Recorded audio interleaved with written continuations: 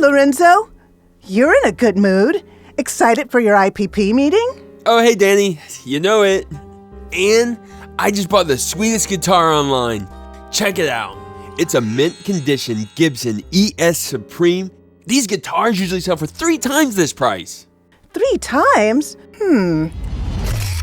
Meet Lorenzo, a man on a mission to buy the guitar of his dreams. But will scammers and crooks turn that dream into a nightmare? In the sometimes shady world of online shopping, Lorenzo's about to find out that if a deal seems too good to be true, it usually is. My name is Eva Eldorado, and I'm the world's greatest cyber detective. Today's case might strike a chord with anyone who has ever found a deal online, only to have it fall flat. I call this the case of the 6-string scandal.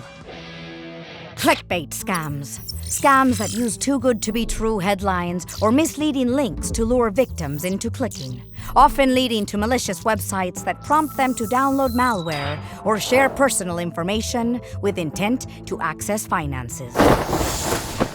Do you know this seller, Lorenzo? It was just an ad on my social. All I did was put my bank info in and presto, I'll be strumming in 3 to 5 days.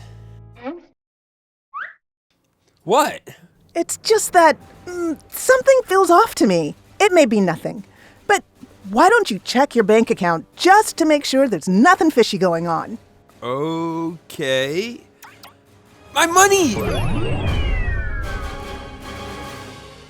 It's all gone! Oh no!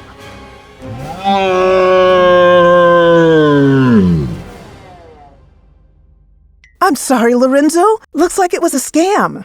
Oh, I can't believe I fell for it. Of course, no one would sell a mint condition Gibson ES Supreme for that price.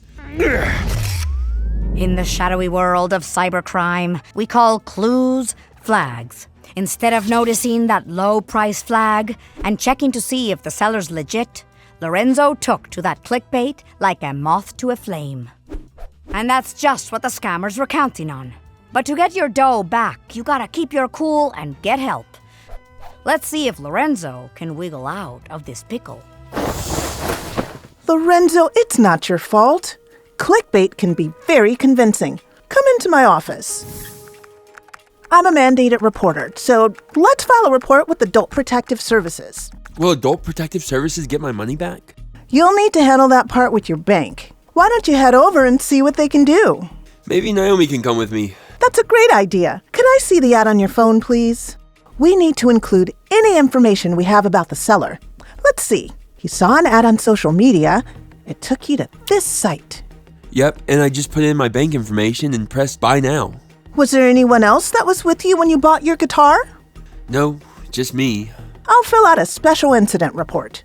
And of course, I'm always here for you if you have any questions or need to talk. This was really helpful, Danny. Thank you. Let me know how it goes.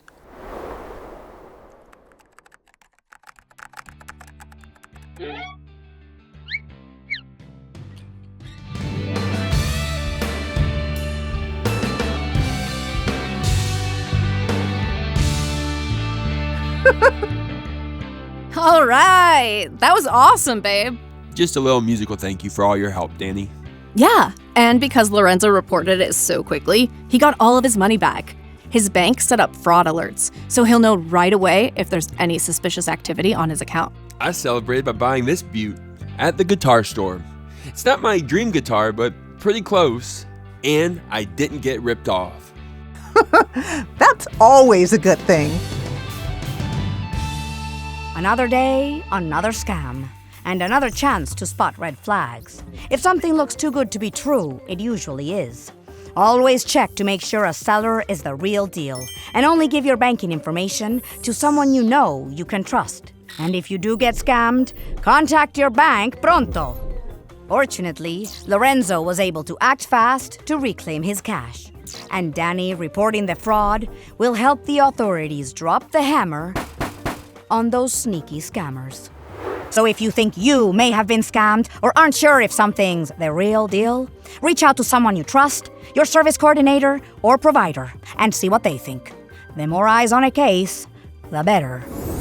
Remember, in the world of cybercrime, the regional center is on your side. Be smart, stay safe, and if something doesn't seem right, speak up.